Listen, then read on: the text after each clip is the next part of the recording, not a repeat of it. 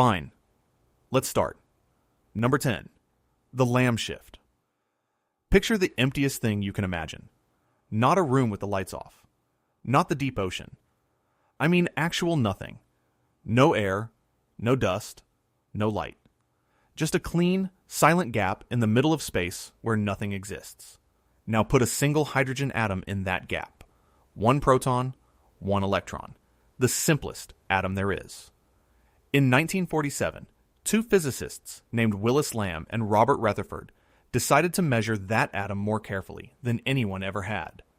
They wanted to check the energy levels of the electron, the little rungs on the ladder it can sit on.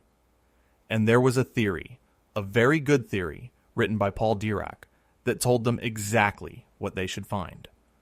Dirac's math said two particular energy levels in hydrogen should be identical. Same energy. Perfectly matched. No difference at all. They weren't identical. There was a gap. Tiny. A faint little hum, about 1,000 megahertz, right where the theory said there should be nothing. Two levels that were supposed to be twins, and one of them was sitting just slightly higher than the other. Now, here's the thing. A number like that doesn't sound dramatic. It's a microwave whisper in a single kind of atom. You could go your whole life and never notice it. But to the physicists of the time, that little gap was an earthquake. Because there was only one way to explain it. The electron wasn't alone. Something was pushing on it. Something in the empty space around it was reaching in and nudging that electron, ever so slightly, off the level it was supposed to sit on. And that something was the vacuum itself, the nothing. The empty gap you pictured a minute ago was not empty. It was full of a restless, flickering energy, and it was shoving a real electron around inside a real atom. A young physicist named Hans Bethe went home, did the calculation on a train, and showed the numbers worked. That single measurement, that faint hum where silence was expected, cracked physics open. It forced scientists to build a whole new theory, quantum electrodynamics, the most precisely tested theory humans have ever written. And the beating heart of that theory is a simple, strange admission. Empty space is doing something. Always. Everywhere. We started with the emptiest thing you could imagine. And the very first time we looked closely enough, we found a fingerprint on it. Number 9. Quantum foam. So if empty space can shove an electron, the obvious question is, what's actually in there? What is the vacuum made of? In 1955, a physicist named John Wheeler gave it a name. And it's a good name. He called it quantum foam. Here's the idea. When you look at empty space at a normal scale, the scale of your hand, of a room, of a planet, it looks smooth, calm, continuous, like the surface of a still lake seen from an airplane. Nothing moving, nothing happening. But fly lower, get closer to the surface, and keep going, past the scale of atoms, past the scale of the particles inside atoms. Keep zooming until you reach a size so small it barely deserves the word. A length called the Planck length, which is about 100 billion times smaller than a proton. Down there, the stillness is gone. At that scale, according to the theory, space is not smooth at all. It's boiling. It's a froth. Particles and their antimatter twins are constantly popping into existence and instantly annihilating each other, over and over, everywhere, in numbers beyond counting. The geometry of space itself, the very shape of it, bubbles and warps and can't hold still. Wheeler pictured it like sea foam. From a distance, the ocean looks flat. Up close, it's a chaos of bubbles, forming and bursting. And this isn't happening in some special, faraway place. It's happening in the air in front of your face. It's happening inside your body. It's happening in the deepest, darkest gap between two galaxies. The reason you don't feel it is the same reason you don't feel the individual molecules of air slamming into your skin billions of times a second. It averages out. The violence at the small scale blurs into the calm you see at the large scale. The uncertainty principle demands it. You cannot have a perfectly still, perfectly empty region of space, because perfectly still and empty is too precise a state for quantum mechanics to allow. Nature refuses to let nothing just sit there, being nothing. So it fills the gap with a churn that never stops and never can. Smoothness, it turns out, is a lie your scale is telling you. The calm, empty space you picture is the surface of something that has never once been calm. And underneath it, the foam keeps boiling. It was boiling before Earth existed. It will be boiling long after the last star dies. Number 8. The cosmic microwave background. Let's climb back up out of the foam and think about something you can actually picture. The night sky. The black between the stars. That blackness looks like the definition of emptiness, doesn't it? You look up, you see a few thousand points of light, and everything in between is just dark. Nothing. The void. Except it isn't dark. Not really. It only looks dark to your eyes because your eyes can't see the light that's actually there. Roughly 380,000 years after the Big Bang, the entire universe was a glowing fog of hot plasma. Then it cooled just enough for that fog to clear, and in that instant, light was set free to travel across space. It's been traveling ever since, almost 14 billion years, and it never stopped. It's still arriving. It's arriving right now, from every direction at once, everywhere in the sky. We call it the cosmic microwave background. It's the oldest light in existence. A photograph of the universe as a newborn. And here's the part that should stop you. It is everywhere. Not out there somewhere. Everywhere. Reach into the emptiest, blackest patch of sky you can find. The gap between galaxies. The place with no stars, no planets, no dust. Scoop out a single cubic centimeter of that vacuum, a space smaller than a sugar cube, and it already contains around 400 photons from the birth of the universe. 400. In a sugar cube of nothing. Your body, right now, is being passed through by this ancient light. When you were a kid and you saw the static snow on an old television between channels, a small fraction of that fuzz was the cosmic microwave background, the afterglow of creation, showing up on your living room TV. We measured its temperature. It sits at about 2.7 degrees above absolute zero. Cold. Faint. But not zero. Never zero. There is no corner of this universe cold enough or empty enough to escape it. So when someone tells you space is dark and empty, they're only half right. It's dark to us, but it is not empty. It is soaked, saturated, drenched in the light of the beginning, a glow so old it predates every star you've ever seen, filling every gap, touching everything, all the time. The void is not black. It's just glowing in a color your eyes were never built to see. Number 7. The cosmic neutrino background. Now here's where it gets a little eerie, because the cosmic microwave background, that ancient light, it's old, almost 14 billion years old. But it's not the oldest thing filling space. There's something even older down there, something that predates the light by a long, long way. To understand it, you have to go back further than that glowing fog, back past the moment the light was released, all the way to the first second. Not the first year, not the first day. The first second after the Big Bang. In that first second, the universe was so hot and so dense that even the ghostliest particles we know of were packed shoulder to shoulder with everything else. Those particles are neutrinos, and neutrinos barely interact with anything. They're the loners of physics. Right now, trillions of them are passing straight through your body every second, and you feel absolutely nothing. because they almost never touch anything at all.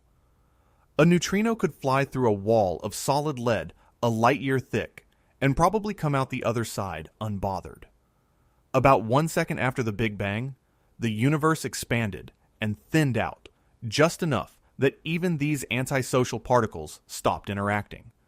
They decoupled, they were set free, and they've been flying, untouched, in every direction, ever since, for nearly 14 billion years. That relic sea is still here. It fills all of space, just like the ancient light does, but it's older and colder, about 1.95 degrees above absolute zero, and the density is staggering.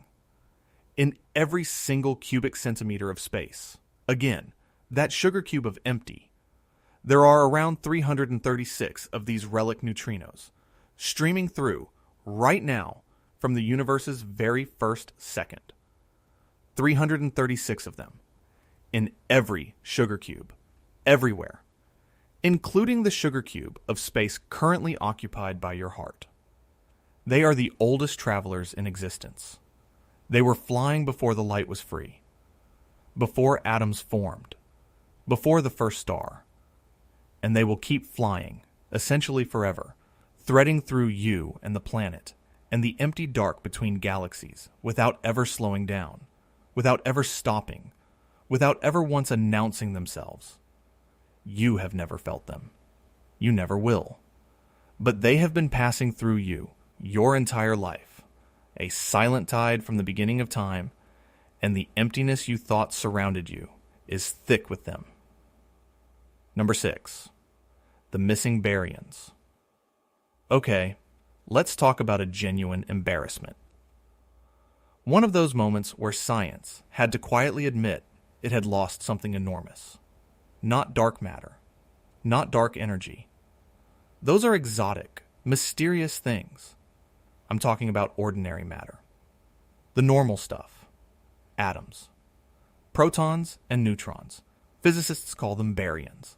The same material that makes up you and this planet and every star you can see.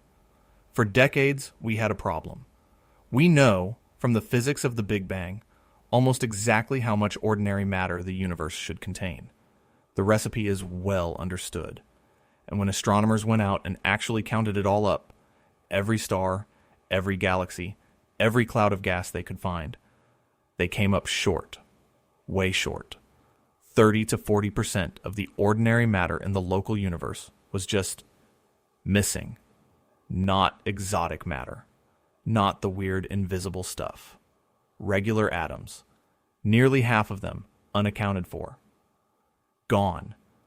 Now think about how strange that is. We're not talking about failing to find something at the edge of the observable universe. We're talking about the normal matter in our own cosmic neighborhood. The stuff we're literally made of, and we couldn't locate a huge chunk of it. It was one of the most awkward open questions in cosmology. So, where was it? The suspicion was that it was hiding in the last place anyone could easily look. The vast, dark gaps between galaxies. The voids. The regions we'd naturally assume are empty. The theory said the missing atoms were floating out there as an incredibly thin, incredibly hot gas, spread so wide and so faint that our telescopes just slid right past it. They gave it a name. The warm, hot intergalactic medium. The problem was proving it. And in 2018, a team led by a physicist named Fabrizio Nicastro finally did. They pointed an X-ray telescope at a distant, brilliant quasar and watched its light on its way to us. For 18 days of observing time, they stared. And in that light, they found the shadows, the fingerprints of hot oxygen, sitting in the emptiness between us and that quasar, exactly where the missing matter was supposed to be. There it was, the universe's lost baryons, half of all the ordinary matter there is. It wasn't destroyed. It wasn't hiding inside some hidden object. It was strung out across the void, threaded through the empty space between galaxies, too thin and too hot to see, until we finally built eyes that could catch it. let that settle for a second. We lost track of nearly half the normal matter in the universe, and the emptiness was holding it the whole time. The void didn't just have things in it. The void was hiding us. Number 5. The cosmic web. So the gaps between galaxies are full of hot gas. Fine, but that gas isn't just drifting there aimlessly. It's arranged, and what it's arranged along is one of the strangest structures in all of nature. If you could zoom out, really out, far enough to see millions of galaxies at once, the whole universe laid out like a map, you would not see galaxies scattered randomly like sand thrown across a table. You would see a pattern, a vast, delicate, three-dimensional web. Galaxies strung together in long, glowing filaments, thread meeting thread at bright knots, and between those threads, enormous, dark bubbles of near emptiness. Astronomers call it the cosmic web, and it looks unnervingly like a network of neurons, or the roots of some impossibly large tree. Here's the question that matters. What holds that web together? What are the galaxies hanging on? Because the galaxies themselves aren't the structure. They're just the parts that light up. The actual scaffolding, the frame the whole thing is built on, is invisible. It's dark matter. Something that has mass. Something that pulls with gravity. Something that makes up around 85% of all the matter in the universe, and yet gives off no light, reflects no light, and passes straight through ordinary matter as if it weren't there. We can't see it, but we can feel its weight, and its weight is what strung the galaxies into filaments in the first place. Picture dew on a spider's web at dawn. You see the droplets glittering, hanging in midair in a perfect pattern. But the pattern only exists because of the web underneath, and the web is nearly invisible until the light hits it just right. The galaxies are the droplets. Dark matter is the web. For a long time, that was all theory and simulation. We'd never actually seen a filament directly. Then, in 2025, astronomers managed it. They captured the sharpest image ever taken of a single strand of the cosmic web. A filament of glowing gas stretching roughly 3 million light-years, linking two young galaxies from a time when the universe was only about 2 billion years old. And the brightness of that strand traced the density of the dark matter cradling it. For the first time, we photographed the thread and saw the outline of the invisible thing holding it up. So the void between galaxies is not a random gap. It's the negative space in a structure. The dark bubbles and the glowing threads are two halves of the same architecture, and that architecture is built out of something we cannot see, filling the space we call empty. The universe has a skeleton. It's invisible, and it runs through all the emptiness, holding everything in place. Number 4. The Higgs field. Now we go deeper than gas and galaxies. Deeper than structure. We go down to the reason anything has substance at all. And to get there, I need to tell you about a field that fills all of space, and what would happen if it switched off. Back in 1964, a quiet British physicist named Peter Higgs, along with a few others working separately, proposed something that sounded almost absurd. They said the entire universe is filled, every corner of it, every cubic inch, with an invisible field. Not a field of particles. A field like a kind of cosmic molasses, present everywhere, that you can't see, can't feel, and can't switch off. And they said this field does something crucial. It gives particles their mass. Here's the picture. Some particles move through this field easily, barely touching it, and those particles stay light and fast, like the photon, which ignores the field completely, and therefore has no mass at all, which is why light travels at, well, the speed of light. But other particles drag through the field. They interact with it strongly, and that resistance, that constant wading through the invisible molasses, is what we experience as mass. The heavier the particle, the more it drags. For almost 50 years, this was just an elegant idea. A beautiful guess that made the equations work. Nobody had proven the field was really there. Then, on July 4th, 2012, physicists at CERN, running the largest machine humanity has ever built, announced they'd found it. Or rather, they found its fingerprint, a particle called the Higgs boson, at a mass of about 125 times that of a proton.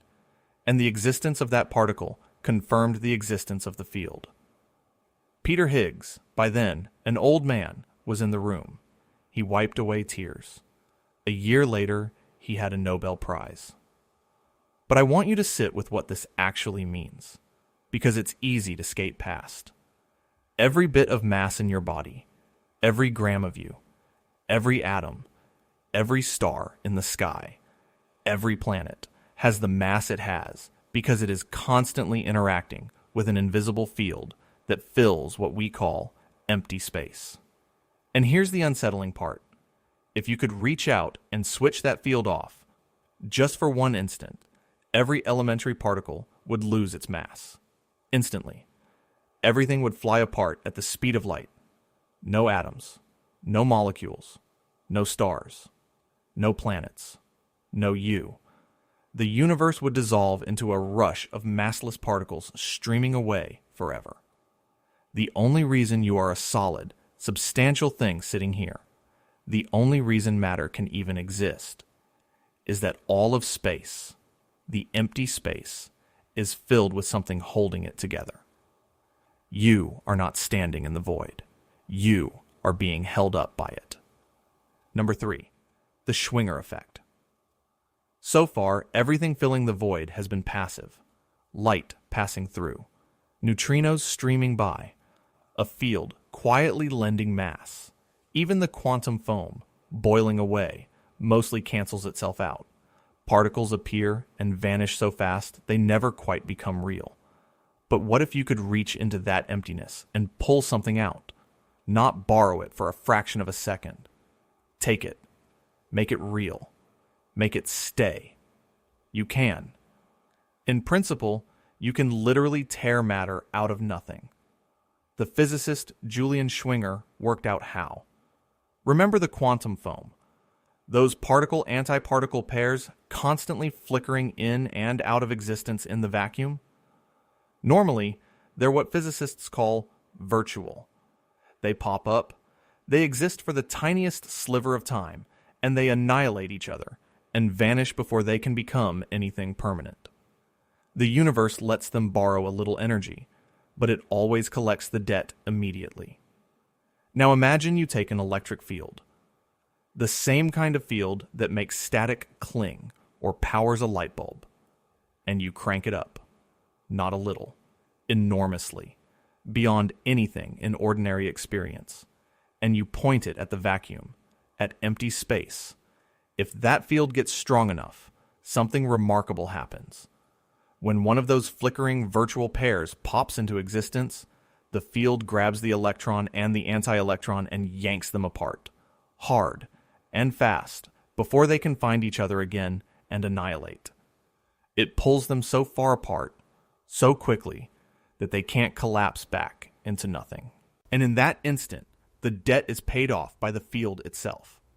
The two particles become real, permanent, matter, dragged bodily out of the vacuum and into existence. You have made something out of nothing, not as a metaphor, as physics. Now the catch. The field strength you'd need is almost incomprehensible. Something like 1.3, followed by 18 zeros, volts per meter. That is far beyond any laser or machine we can currently build.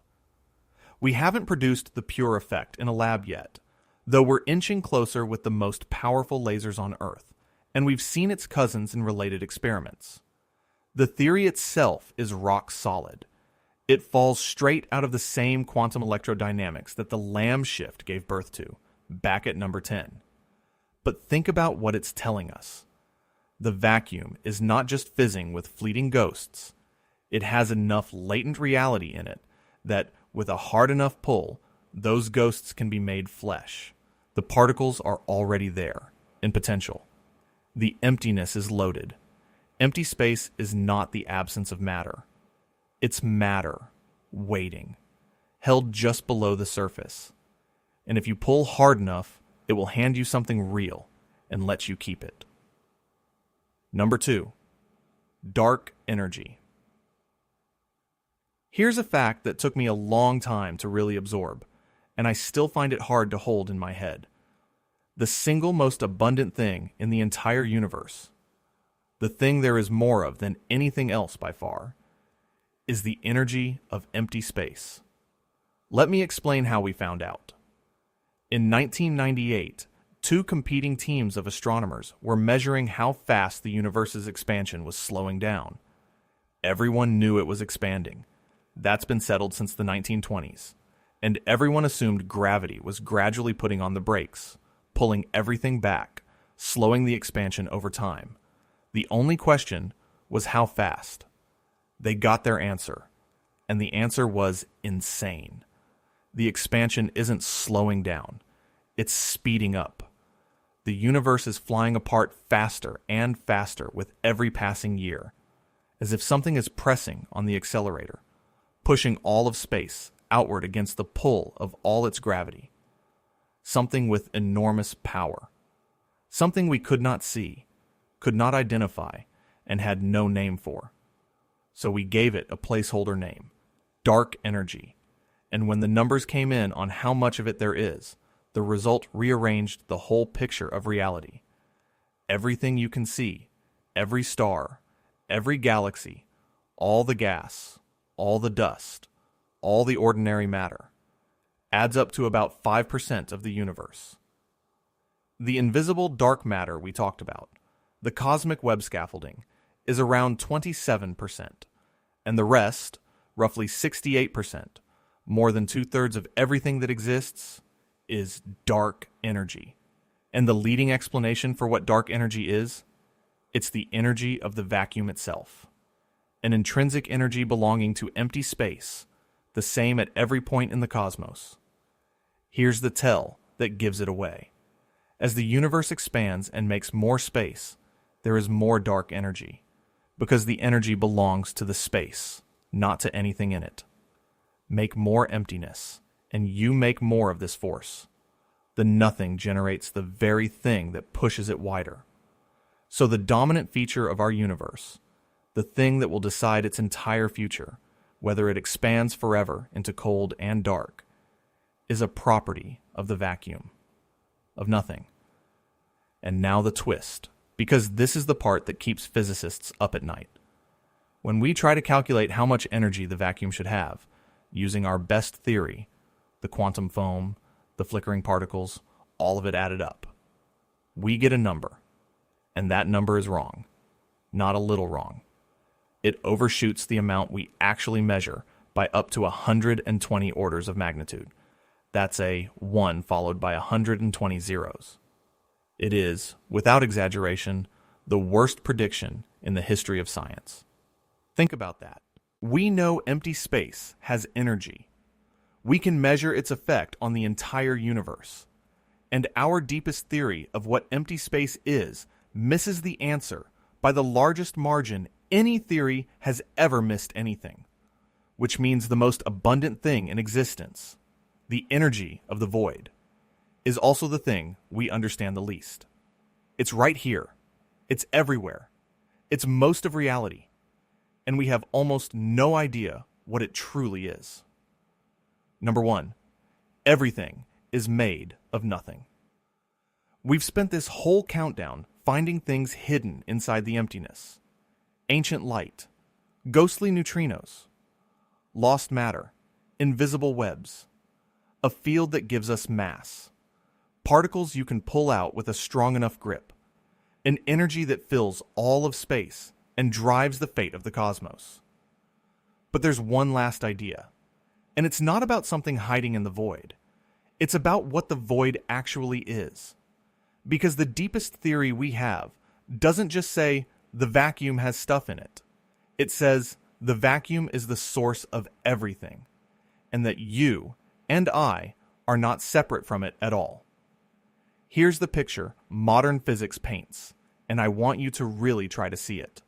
There are no tiny solid objects at the bottom of reality, no little marbles called electrons, no smallest grains of matter sitting in empty space. Instead, filling all of space, every point of it, there are fields. An electron field, a quark field, a field for every kind of particle there is. These fields are everywhere, always, the way the ocean is everywhere in the ocean.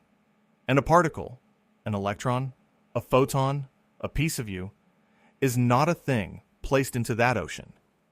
It's a ripple in it, a wave, a disturbance in the field that we perceive as a particle. When the electron field ripples, we call that ripple an electron. When the field goes quiet, the electron is gone, not moved away, just smoothed out, back into the field it never really left. So, what is the vacuum in this picture? The vacuum is the ocean when it's calm. It's the fields with no ripples. The lowest, quietest state everything can be in. And that is the crucial word. The lowest state. Not the absence of the fields. The fields are still there. They're always there. The vacuum is just what they look like when nothing is happening on the surface. Which means empty space is not the absence of everything. It is everything at rest. Take a moment with what that does to the picture of you. You have always imagined yourself as a solid thing moving through empty space. A something, surrounded by nothing. But that's backwards. There is no line between you and the emptiness. You are not in the void. You are made of the same fields that the void is made of. You're just the part where those fields happen to be rippling right now. A temporary pattern, a standing wave in the ocean that was here before you and will be here after. Smooth out the ripple, and the ocean remains, exactly as full as it ever was. We started at number 10 with a faint hum in a single atom, the first sign that empty space was doing something. And we've arrived here at the far end with the strangest conclusion of all. The nothing was never nothing. It was the foundation, the ground state, the still surface that every particle in existence, including all the ones that make up you, is nothing more than a passing wave upon. The cosmic void is not empty. It never was. It's the quietest, deepest, fullest thing there is. And everything that has ever existed, every star, every thought, every person is just the void, briefly, learning how to move. And when we're gone, it won't be emptier. It'll just be still again. Thank you for watching and sticking till the end. We've got plenty more videos coming in the future. Hit that subscribe button so you don't miss them. See you in the next one.